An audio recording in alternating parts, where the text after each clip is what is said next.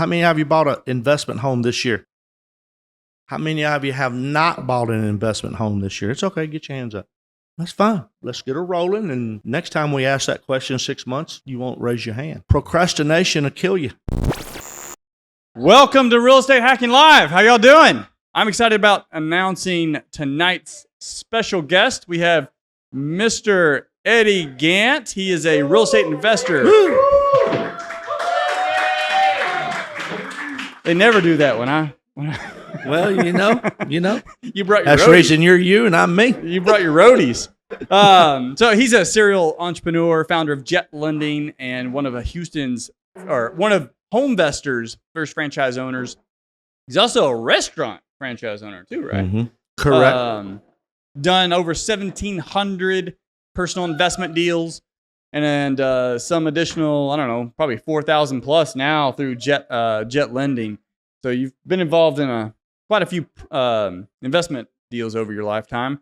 With his extensive experience in this industry, he's earned legendary status, and rightfully so. So thanks for coming on the show. You're welcome. Thank you for having me. All right. Did I miss anything? I know it's been a while since. Might need to update those numbers, though. Uh-oh. Double them? I'm sitting at about 1,860 houses bought right now, and we're somewhere low 4,000s, but somewhere in there. But since June of '99, when I left corporate, back before it was cool to do it. Wait, yeah. I don't know. These are rounding errors, aren't they? I'm sorry. Rounding errors. So, with your experience, I thought it would be good to have you up and just share some of your knowledge on real estate investing tips that you've gained along the years. Some you may have learned the hard way. Some you kind of figured out through trial and error and just networking and being in the trenches. And Chris, you and I have known each other over 20 years. I've bought houses from you. Yeah. You're one of the few people I would wholesale a house to. I paid too much. It actually wasn't that. So one of my wholesale, and this is why I always closed on deals. If I wholesaled, it was usually a wholesale. There was a wholesale, and I had this wholesaler, this end buyer. We're at title. Now, usually the homeowner never shows up to title. Like, they'll show up and they'll sign and then they leave and they're going to get a wire or whatever. This wholesaler that they're going to buy them. So it was the seller signs, I sign, the wholesaler shows up and doesn't bring their check. They don't bring their check. And the seller is still there because they're expecting, hey, I'm closing, I'm getting a check today. And it's not just the seller. Oh, they bring the whole family.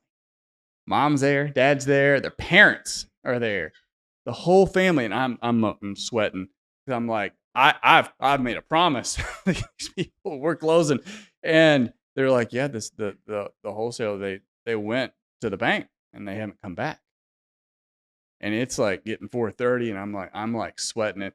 Somehow the title company they helped me out, and they didn't do anything wrong. They didn't do anything special. They just said what they always do. Hey, transaction's a little slow, whatever. Thankfully, that wholesaler did come back the next day. They brought their money. They closed. From that sense on, I never wholesaled a deal unless I personally knew the investor and they actually had the money to close. And I figured you had a couple bucks on you, so that's why I wholesaled you deals. Well, thank you. Yeah, I remember. But I'll say this. I guess we're survivors. I mean, people we see come and go in this business a lot. Yeah. And this is, I got in the business in June of '99, and you weren't too far behind that. When did you get in? So I'd flipped some houses in college, took a little break, and then when Jamie and I got married, we started in 2011 knocking on doors for pre-foreclosures. And I got this deal in Sugar Land, and I'm thinking, all right, it was a pre-foreclosure deal. I'm like, all right, I got to wholesale these things. I don't have the money to get a loan. So I'm building my buyers list. I go into Craigslist. Is Craigslist still around? All right. I don't know. I'm on Craigslist trying to build my buyers list. I'm calling folks and get this guy on the phone. And he's like, well, I own a hard money company. was like, really? He was like, yeah, we can fund you 100% of the deal and the repairs. I'm like, you can do that? You funded that deal. And several of the next few. So you talked yourself out of a deal, but you got some points on it. That's all right. That's all right. All right. What's some of the biggest mistakes that you see new investors make in this business? Well, I mean, the obvious quick answer is they pay too much. I mean, that's the obvious. The second thing is getting a little more deeper. They don't, again, I'm not trying to be negative, but you did ask a question where they fail.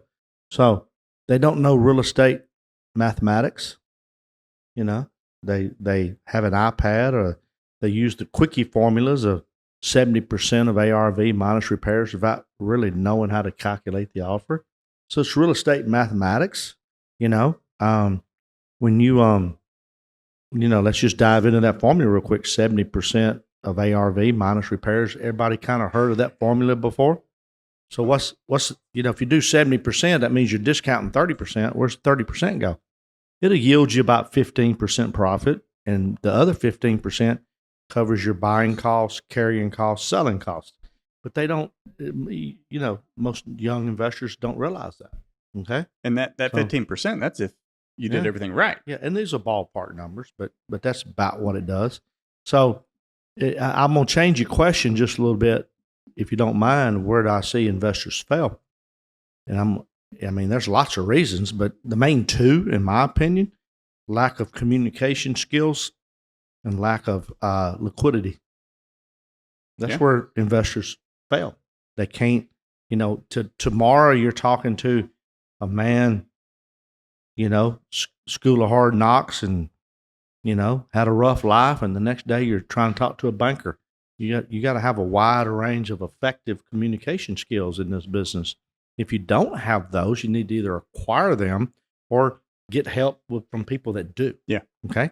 That's one. The other thing is the lack of liquidity. I'm not trying to overly sell jet lending, but I will. But, use other people's money and not use your cash. And I've known a lot of people get in this business and be done because they're equity rich, but they can't maneuver because they don't have any liquidity, can't pay their bills. So those are the two that I kind of see them struggle with a little bit. Yeah. Does that make sense? No, it definitely does. And it kind of leads into one of the next questions. You were talking about the 70% rule. Mm-hmm. But buy low, sell high. And that's kind of fundamental investment advice. How are real estate investors or how can real estate investors find good deals in this market? Well, I stole a line from somebody recently. I say recently, in the last year or two, that goes like this. Do you have more money than time, or do you have more time than money? And that directs where you go. If you got more money than time, you got to spend money marketing so you can get in the living rooms and kitchens of motivated sellers. You can only, in my opinion, whatever it's worth, you can only take it so far buying deals from wholesalers and MLS. If you strictly buy off MLS, you're a professional bidder. Okay? You buy from wholesalers, they're going to make a little money. They're taking a chunk out of it. They're taking a chunk. You may be limited, how much money you can make. Get yourself in the living rooms and kitchens. That's when I can't do my full swing. The mic's in the way. Show y'all, I used to play little baseball. That's where you hit them out of the park. And, if you got more money than time, you got to market. You got to market to get yourself in there. If you got more time than money, you got to get in neighborhoods and do some door knocking, and, put these houses on a drip campaign to mail, or, some type of really cheap flyer door hanger on the door. You got to do one of those. That's what you got to do. You got to get in the living rooms and kitchens. Yeah. And so that's where I was early on starting out. I had more time. I was a college student and had no money, broke college student. Just knocked on doors. Yeah. Every weekend. How many of you heard that? You got more time than money, more money than time. I'll be honest with you. I stole that line from somebody else within the last couple of years. I heard it. I said, damn, that's pretty good. I liked it. I'm going to use that. So I don't remember who it was said it, or I'd say who I said, but I didn't come up with it. And doing that, really, just 1-2 deals. Get you a little bit of wiggle room where you can start reinvesting in the marketing. I mean, small, and I'm going to take it just a slightly small adjustments pay huge. I mean, you're here, you're getting educated. You walk away from this room tonight with a few nuggets of how to do this business a little differently, a little better. Maybe you don't know the business at all. You take, I mean, Chris, small adjustments, small tips pay huge. 100%. Compounded over time. Pay huge. Yeah. Which, like I said in the very beginning, one nugget. You just said it, one nugget. And that's all I did. When I would go to your event, and I mean, you recognize me as a friendly face, but I had one question. I was very intentional.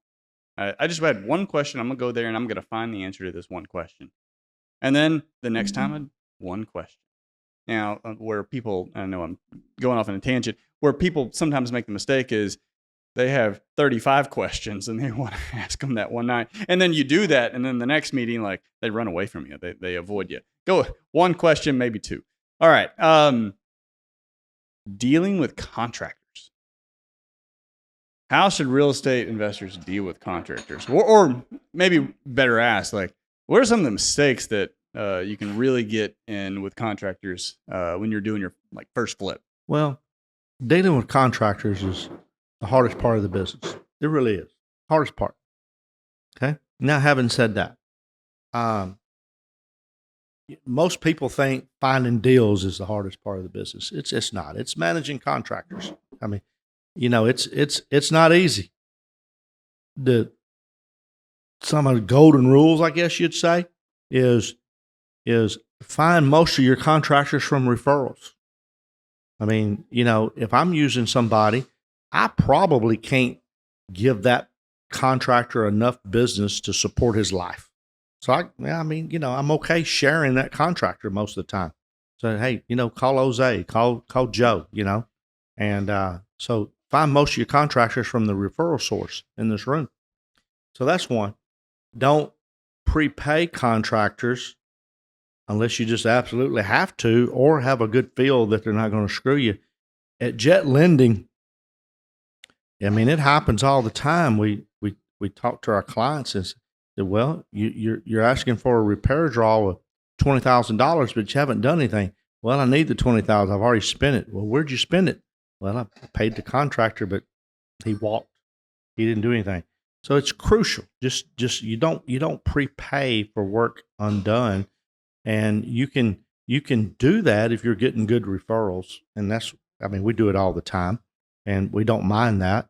But and I'll say this about contractors and things: the first 80% of the rehab is easy, relatively speaking. It's the last 20% that just eat your lunch. You got to be hands-on.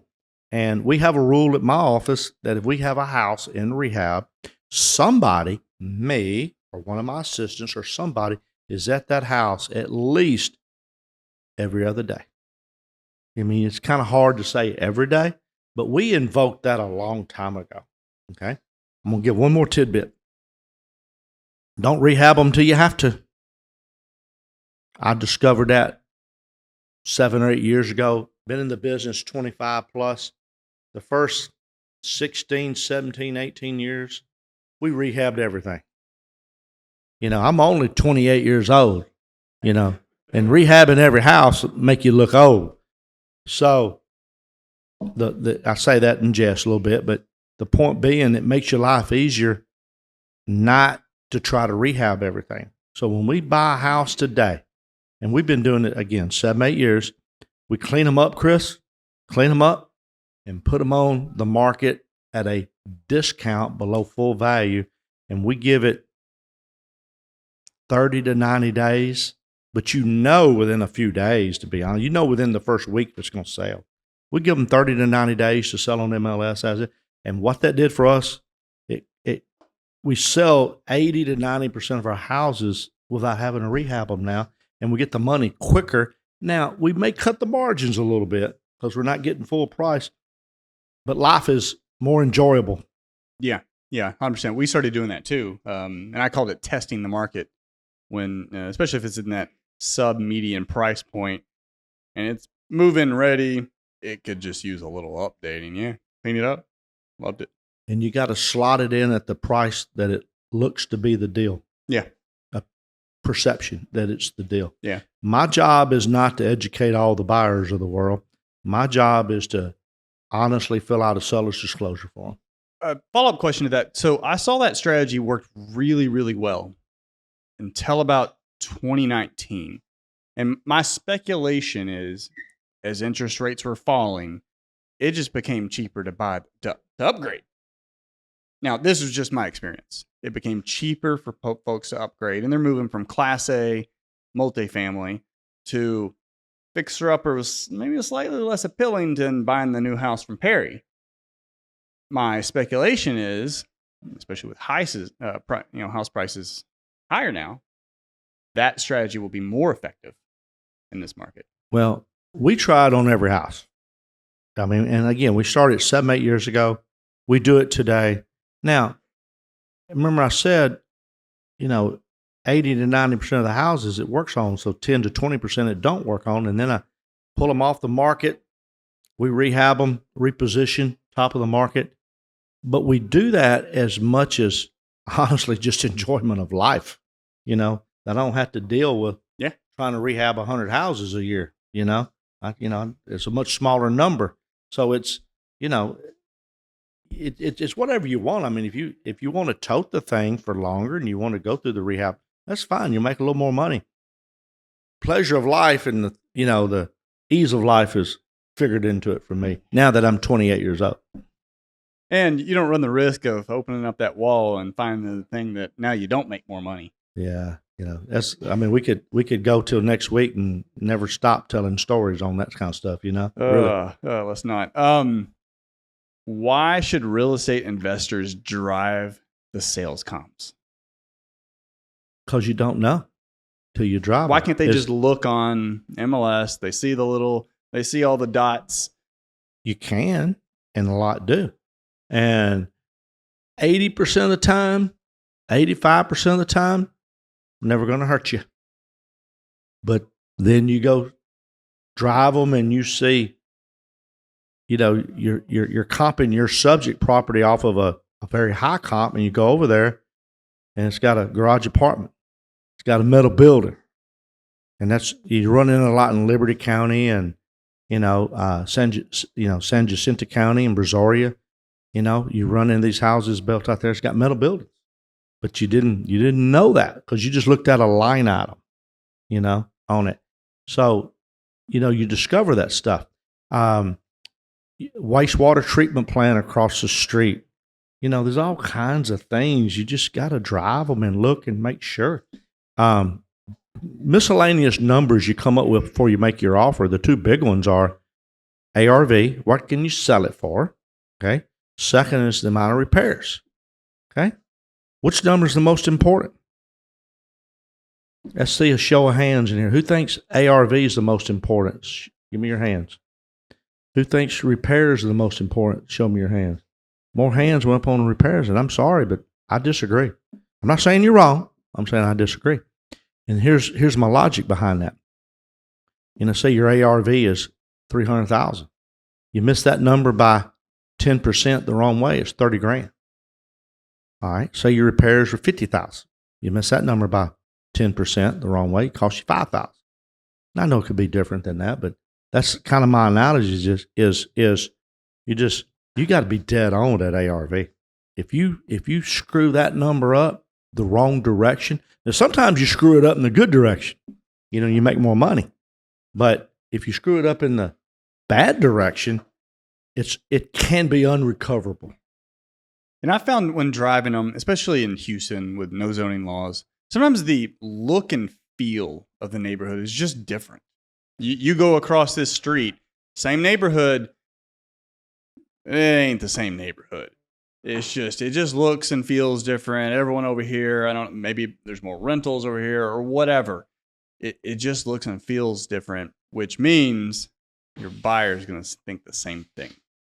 And when you said that advice, I'm like, God, it's just more work for me. Yeah. But I try not to get out of the subdivision unless I have to. I try not to get outside a half a mile unless I have to. Now, sometimes you have to, but I mean, I looked at a deal this week, an investor coming to Jet Lending for a loan, and there's like 19 comps within a quarter a mile and not crossing major roadways. But the investor is trying to drive the ARV up, and they're crossing major roads, different neighborhoods, and basically ignoring the 19 comps that's in the subdivision without crossing a major road. But they're going across the roads. They're trying to drive there. I said, you can't do that. You know, changing across major roads may change schools. May. You don't know that until you really look at it. But it's just, I mean, you go from one area to another in a hurry, and it's just close to stay close proximity if you can. Yeah. And sometimes you can't. Yeah. I would do the same thing. Same area. Then I would go 90 days, and then I start working out. And then just depending on which way the market's going, you may want to focus a little bit more on the 180 days or the 60 days. Well, I'll give you this one, and we'll poll the crowd again. Which is the best comp? The house next door sold 13, 14 months ago. Next door house, 13, 14 months ago. A comp a mile away, mile and a half away, sold yesterday. Which one's the best comp? All right, let's see the hand. Who says next door? Even though 13, 14 months ago. Who says a mile away yesterday? I go with next door. Definitely putting more weight on that. I do. I mean, and what I'll do a lot of times, this is probably pretty good advice. Let's say I got no comps close proximity in a short period of time. I got to go way back in time. But I find a bunch of comps 12 to 36 months ago.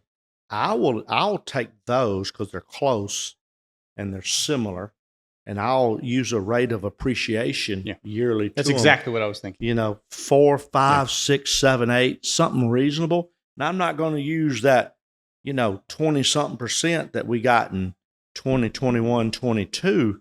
I'm not going to use that. I'm going to use a more nominal appreciation and push that sales value up a little bit, But if you don't mind, I'm going to touch on one other thing about comps.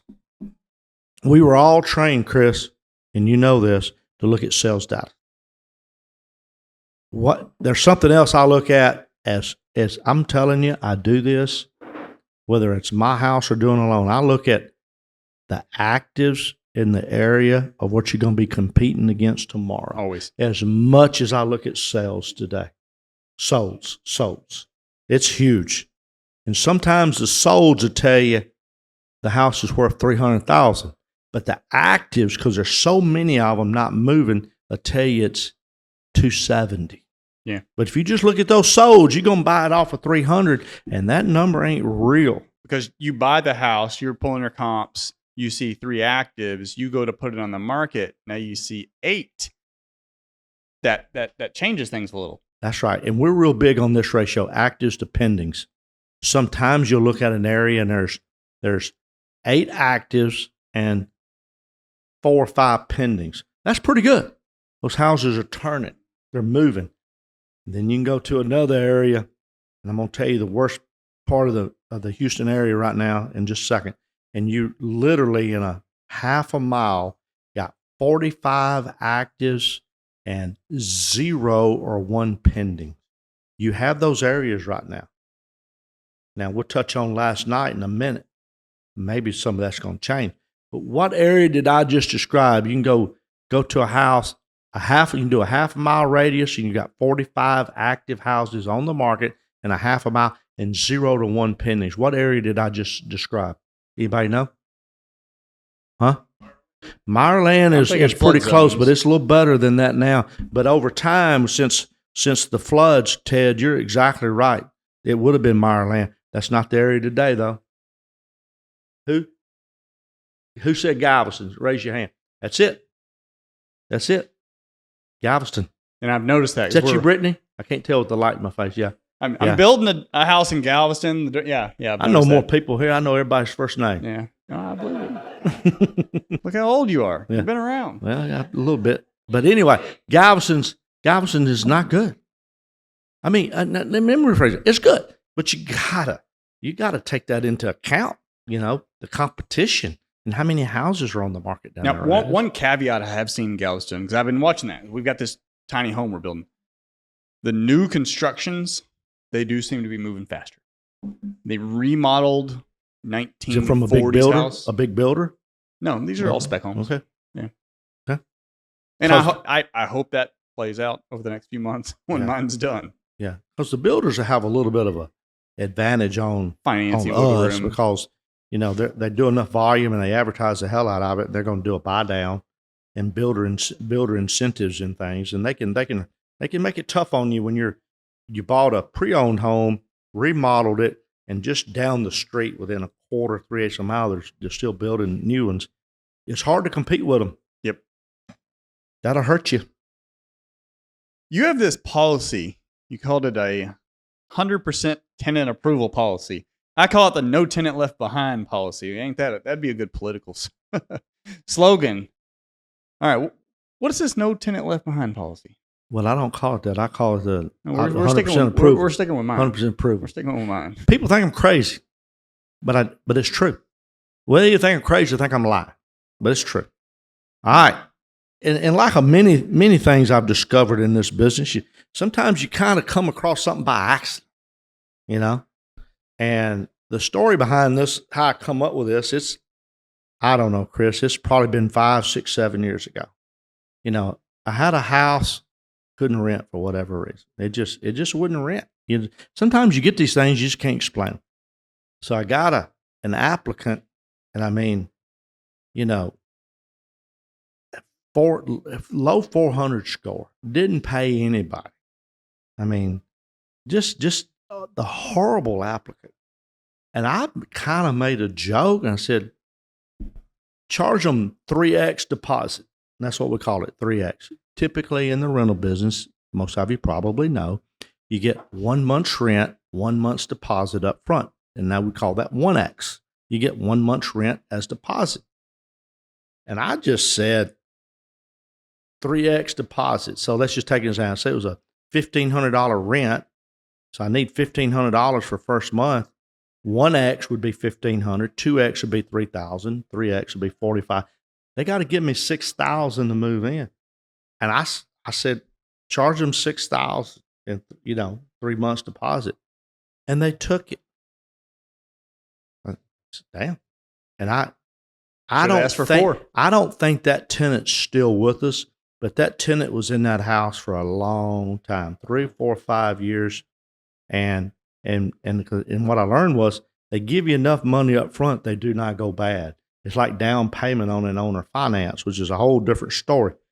But that's what we do. So I look at the credit. It's usually up to me, and I look at it. And if they're dirty, I call it dirty. They don't pay anybody, I'll throw out there, depending on the level of dirtiness, 2x, 3x. And I have asked for more than 3x. I don't think I've ever asked more than 3.5, but I don't think I've ever rented anybody for more than 3x. And we've done a ton of them, and I'm telling you, they perform. That's what we do. I've done it. I call it a risk premium. Yeah. Love it. All right. Now let me tell you what don't work. They'll come to you and they got insurance, that an insurance on the deposit. If they break the lease or leave early, the insurance policy will pay. And it does pay, but it don't work. I mean, they're gone because they don't have any money in it other than that little bit of rental insurance. And it don't work, in my opinion. So we don't do those. But I'll do that 2x and 3x, and I'm telling y'all, it works. When I heard this next thing from you, heard it from you first, then I heard it from a guy named Chris Voss. When making offers, so I don't know, did you teach it to Voss? When making offers. I taught Chris Voss. Voss. Most audience don't know who that is. So if you never read the book, Never Split the Difference. Never Split the Difference. former FBI hostage negotiator. Basically, he was in charge for half the world of hostage negotiations. Highly, highly, highly recommend. Get that book and get it on Audible. You got to hear the voice. Get it on Audible. Any case, heard it from you first. When making offers, only 1-0. Yeah, Wow. it's a life-changing tip, to be honest with you. Who made an offer on a house today? Who made an offer on a house this week? All What right, was your we got exact Vivian. number? Give me your exact number. What 250,000. 250. All right. Never make that offer again. Ever. Ever. You need to offer 251,770. 249,430. I don't care how big the offer is. I will only put 1-0 on my offers. Okay. Most of my offers are 670 or 770 because I'm superstitious. And I can't remember which one it was, but when I started doing that years ago, I offered, like 131,670 or 131,770, and I bought the house. What it is psychological. You pull your 250 out of the air, they will think, or a certain number of them will think, hell, they just pulled a number out of the air, a low number. You go back at 251,530, a certain percent of them think, damn, they calculated down to the dollar what they can pay me. It's psychological, and it works. Now, you could do 251,532, and I know some people that do that. I don't do that. I've always put 1-0 on the back of my offers, and I do it on every offer. I don't care. Now, let's say I offer 251,770, and they say, I'm not taking less than 280. Now, what I'm about to describe, I could talk on for hours, but I get my calculator and I start punching.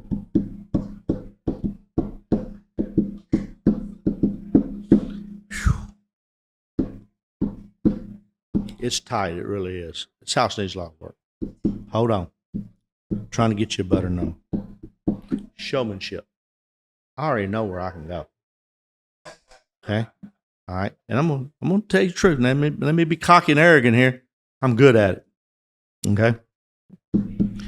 Now, when I go up from my 251,670, I go round numbers then. I've already given my, but I would never go from 251,770 to 260. I'm gonna go 253. Now I may go all the way to 260, 265, but it's gonna take me 6, 7, 8 times to get there. Y'all laugh, but it's true. That's the way I do it. Sitting at the kitchen table or at the living room couch. That's the way I do it. Yep. That's I've used it. 1,860 houses doing it the other way. Now, honestly, the first year or two, I probably didn't do it like that. Probably didn't know what the hell I was doing. Just smiled and do business with me. Please. So success, it requires hard work, but you only work half a day. You said you only work half a day. How can anyone here be successful doing what you do, only working half a day? Only work half a day. Been that way for a long time. How do you do it? Well, first thing you got to decide is which 12 hours you want to work. First 12, the middle 12, or the last 12. So you only work half a day. There's a lot of people in this room smarter than me. I guarantee you there are. I think you'll be hard-pressed to outwork me. Even at my 28, I'm getting older. I'm 28 now. Even at my age now, you just can't do it. I go hard. Now we get to the big question. Uh-oh. I know what's coming. There was an election yesterday. Did you hear about it? Can y'all see my patriotic shirt? I should have had this thing Yeah, I should. Toby- You should have told me you were wearing it. I could have queued it up with Yeah. Toby Keith was Great Toby American. All right. So I wore this shirt in Toby Keith's benefit today. So 47% are probably pretty upset. 52% are pretty happy. But 100% have to live with it. So how do you think the election results will impact real estate? Well, and I've been really good, not to make anybody mad at me. I mean, I had a very strong opinion on the way I wanted it to go. Now, I don't get mad at you if you're on the other side. I don't. If you like the other candidate, you have that right, and I do it. But anyway, now we got who we got. First of all, Chris, the answer is we don't know what's going to happen. We don't. I mean, somebody that tells you that they know what's going to happen now, they're lying because they don't know. My favorite economist, Mark Dotzer, I think you're a fan of him too, would always stand up here and say, I'm an economist, and that means I got a 50% chance of being right and 50% chance of being wrong. It was one of his funny little anecdotes he always said. And I think it's true. Nobody knows. But I'll speculate, because that's what we want to do here. I'm going to speculate that interest rates are going to drop. I don't know how fast. I think they're going to drop. I don't know how far. We're not most likely not going to go to 2021, 3% rates. That's probably not going to happen. I'd love for it to happen, but it probably won't. I think the trigger, if those rates drop to the low fives, I think there's an opportunity here for this to be the hottest real estate market we've ever seen, hotter than it was in 21 and 22. In 21 and 22, you heard the term often, there's not enough inventory. Well, there's still not enough inventory. We have pent-up demand. It's a fact. It's pent-up demand. And these high interest rates slowed sales, but it didn't solve pent-up demand. It's there. It's just now people are living where they're living and don't want to go anywhere, or they're renting. Population is increasing dramatically. In Texas, we increase 2% a year. Most people don't even realize during all this last couple of years of other news, Texas went over 30 million in population. Went over 30 million. We've always been in the 20s. We're now in the 30s, low 30s. Well, really quick math would tell you 2% of 30 million people, 600,000 people moving to Texas. And those are the ones they know about. Okay? So you got 600,000 coming to Texas, 600,000. Where are they going? Well, they're mainly going to Dallas, Houston, Austin, San Antonio. Throw Corpus in the match. They're not going to, Jasper. They're not going to Cleburne. They're not, they're going to the major cities. Paris, Texas? No? Yeah, probably not. Which I've been to Paris, Texas, where Campbell Soup is based out of. I didn't know that. Campbell Soup, all right, based out of Paris, Texas. All right, didn't know. My former life. Anyway, I think interest rates are going to drop. I think you're going to see a huge explosion in real estate, but that don't, because I said it don't mean it's going to happen. We're going to know, and I think it's going to happen, but we don't know for sure. But I'm looking forward to it if it happens. And I got about 100 rent houses I'm going to sell. So on the pent-up demand, because I coach real estate agents too and teach them how to be investors, I've said the same thing on the transaction side. Because transactions, if you're in the transaction business, it's been a challenging couple of years. And that will cause a lot of folks to move on to other things or pick part-time jobs while they figure things out. But I've always said, real estate's not going anywhere. There's still a lot of people that need housing and want housing.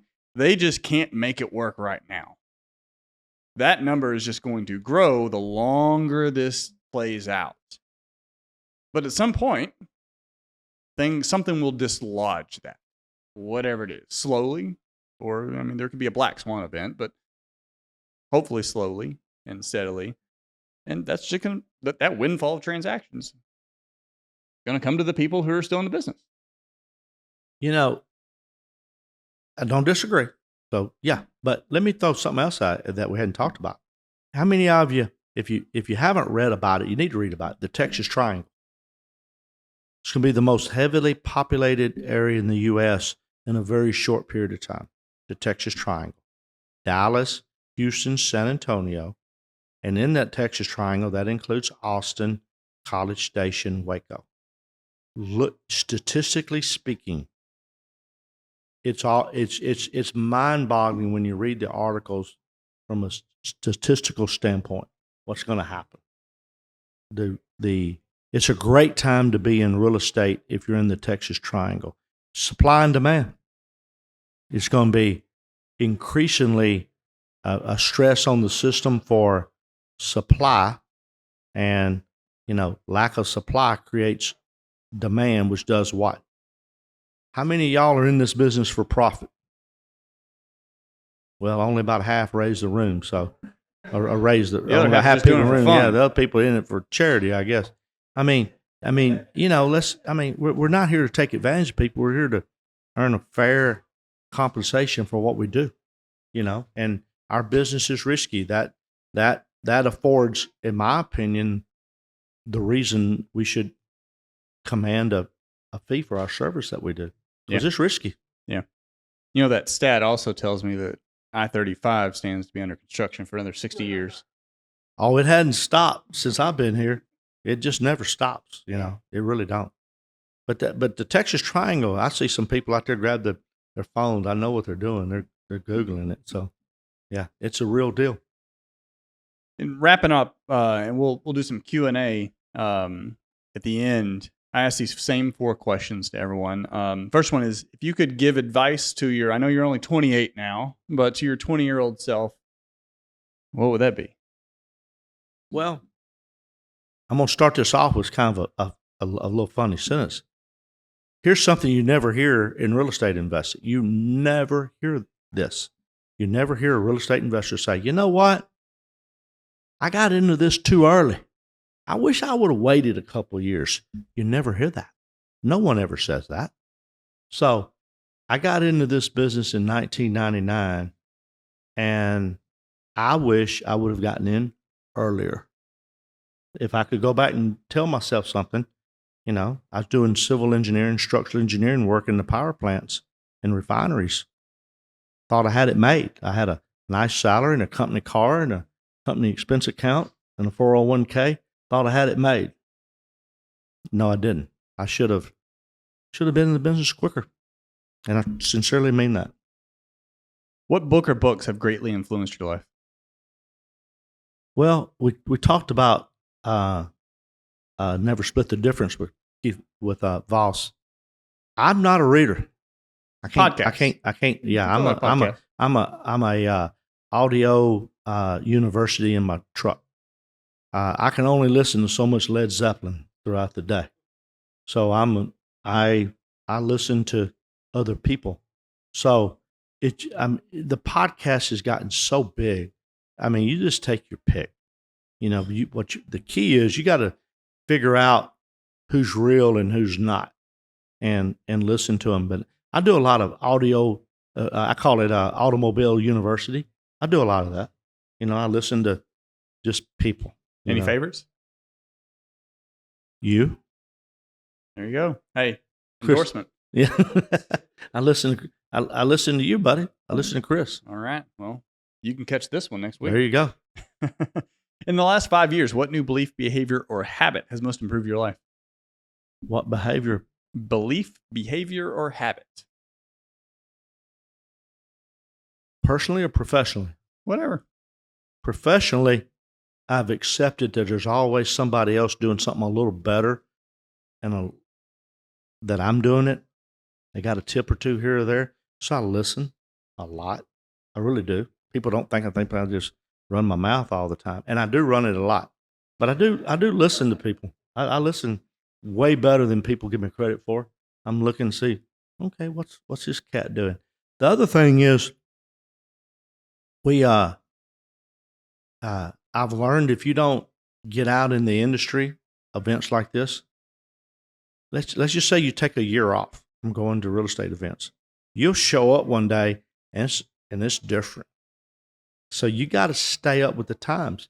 I'm not a tech guy. I'm not a technology guy, but I employ people that are, So, I keep up with it better than people think from a managerial standpoint, watching what's going on, listening what's going on. Am I the one at the desk punching buttons to do a certain task with technology? No, but I'm listening to what's going on and watching what's going on. Yeah, so, yeah. How can you got? I guess that's right. You got to stay up to speed. What's going on, not only with people, but with all the other things that play into the industry. Yeah, yeah. Keeping a good pulse. How can people reach out to you?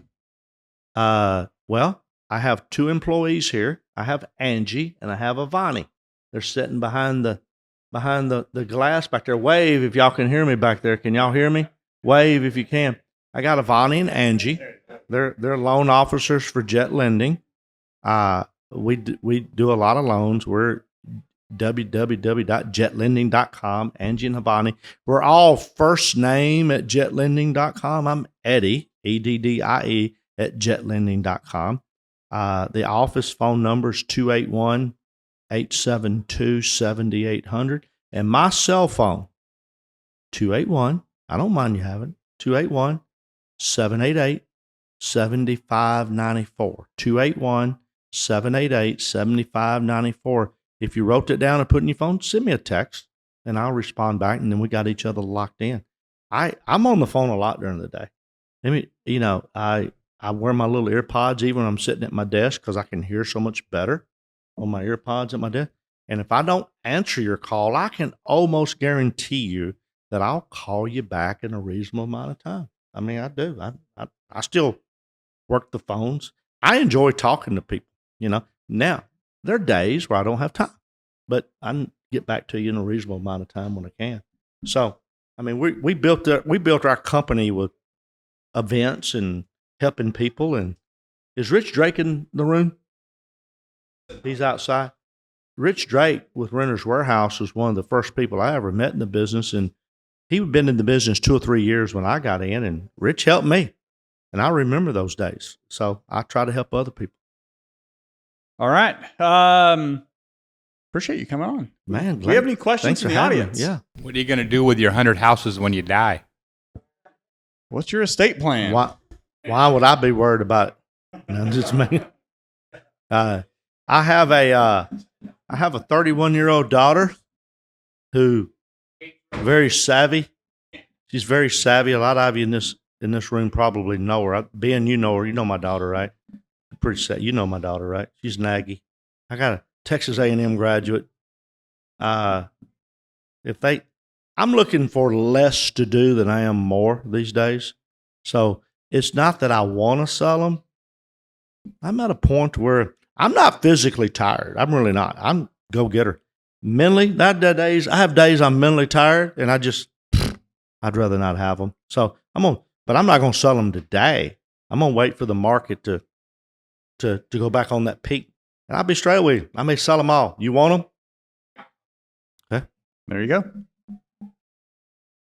I'll be your listing agent on that. 100 houses times. Now I'm going to clarify. I got about 100 doors. I got duplexes, triplexes, fourplexes. I don't have 100 houses. I got about 100 doors. It's not bad. Let me ask you this. How many of you bought an investment home this year? Okay. How many of you have not bought an investment home this year? It's okay. Get your hands up. Okay. That's fine. Okay. Let's get her rolling. And next time we ask that question in 6 months, you won't raise your hand. Procrastination will kill you. But, some people ask me all the time, they say, "What, man, I'm just not experienced. I don't know what this stuff is." Let me tell you a great way to know if your deal is a good deal or not. Take it to a hard money lender. And if that deal is a deal, we don't make any money telling you no. We only make money closing your deal for you. And if you take it to me, Jet Lending, Avani and Angie back here, or you take it to one of my friendly competitors, and they tell you no, you might want to reconsider the deal. But if your hard money lender tells you, let's roll, a hard money lender ain't going to do that deal unless it's a deal I'm just going to take. I mean, we're not going to do it. Because if I close a deal for you that's a bad deal, your bad deal might be my bad deal down the road, and I don't want that. That's what I always joke, that a hard money lender, they're not going to loan you money on a deal that they wouldn't mind owning if you really screw it up. Right. But they don't want you to screw it up because they want to loan you more money. We use the term second eyes a lot. It's a second eyes look. We use the term security blanket. Where's your security blanket? Where your second eyes? And if you just don't know and you're nervous, take it to a hard money lender, bring it to Jet Lending, and you're going to know pretty darn quick if you got a deal or not. And I may have missed it, but did you talk about any pockets in Houston that you're seeing a lot of activity, a lot of lending activity, kind of growth areas that you're kind of interested in, or you see your clients have a lot of business in? Well, I'm going to change the question just a little bit, Ben, if you don't mind. I'm going to say the opposite. We see areas that are slow. And I used the example, and Brittany got the answer right earlier. You can go to Galveston and you punch in the address on MLS, do a half-mile circle, and you'll literally have more than 40 actives and no pendings or one pending. So it's slow. Those deals they're just not moving in there. Now then I'll switch it on, and that's a dead giveaway of how active it is. Go a half-mile radius. You can go a mile if you want, but I like to go a half-a-mile radius. And you look at how many actives are on the market and how many pendings. And if Galveston, you got 46 actives and one pending. That is not an area that you want to pay a lot right now. You still buy in there, but you better get it down. And then you can go to a certain neighborhood. We'll say Katy. It's Katy High School. And you'll pull a half-a-mile radius, and you may have 12 actives, but you got 7 pendings. Okay, you go, okay. They're moving. They're moving in there. So we look at that active to pending ratio big time. And this is all something we've done as it slowed down. We used to not do that as much as we do now, but we really look at that hard. Yeah. Another thing you want to look at, and Angie and I have been working on a couple of deals lately that's this category.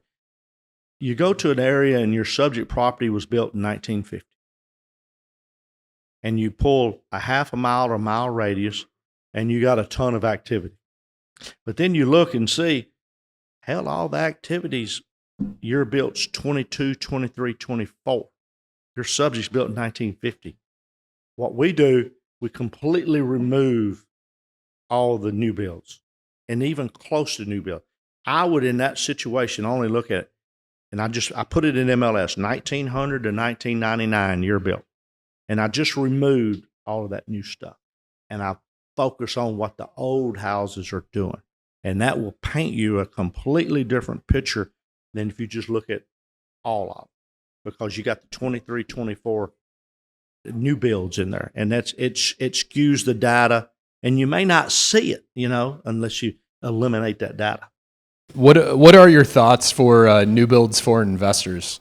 Well, I think it's positive and negative. The positive is, hell, you got no maintenance for the most part. It's a new house. Yeah, your tenant may beat it up the first year, but so that's a positive. Secondly, it's still a cash flow model. You got to look at what can you buy it for. You're going to finance it for whatever, and you're going to have a certain amount of debt. And you got to service that debt. Most of your banks are going to underwrite you on a 1.2 debt service. Okay. So a lot of people are not going to know what that means. What that means is a 1.2 debt service is if your payment is $1,000, then you got to be able to generate $1,200 in rent. If your payment's $2,000, you got to be able to generate $2,400 in rent. Okay. It's a pretty simple mathematics equation if you do it. Now, that's the bare minimum, in my opinion, 1.2. when I'm buying stuff, I'm going higher than that. I'm doing a 1.3, 1.35. Why? Because I like to make money. Okay. So I'm going higher than that. Okay. But that's what we do on that. That makes sense, Ben? Yeah, no, it's great. Absolutely. What is it, Are you Ben? still running the deal Cost Plus in chat lending? The Yeah, partnership that you've got? yeah. Because Cost Plus is a Hell, I only own the company. I don't know what we're doing, but we have a specialty contractor. I said we have a special arrangement with a general contractor, and it's Brant Phillips. And what's he called his company, Ben? Cost Plus. Where if you come to Jet Lending to get your loan for your rehab, we will make the draw process very easy, where you don't even have to fool with it. Basically, let's say your arrangement with Cost Plus is $50,000. We don't have to go through the process of me to overly inspect and give you the money or loan you the money, and you loan it to Cost Plus. We're just gonna, with your permission, and of course you'll sign for it, we'll just send the money direct to Cost Plus as they send in their repair draw requests and their videos of what they've done. And the reason, very simple, is why we trust them. We trust them. I mean, and again, you're not having to worry about prepaying a contractor. We're paying after the improvements, and we're paying Brant and his crew direct for you. I mean, you sign authorizing us to do that, but it just makes it so easy. And you have a knowledgeable, good contractor that you don't have to worry about stealing from you. I've known Brant a long time, like I've known you guys, and I've never heard of him stealing $1 from anybody. Thank you for bringing that up, Ben. All right. Appreciate y'all for coming out.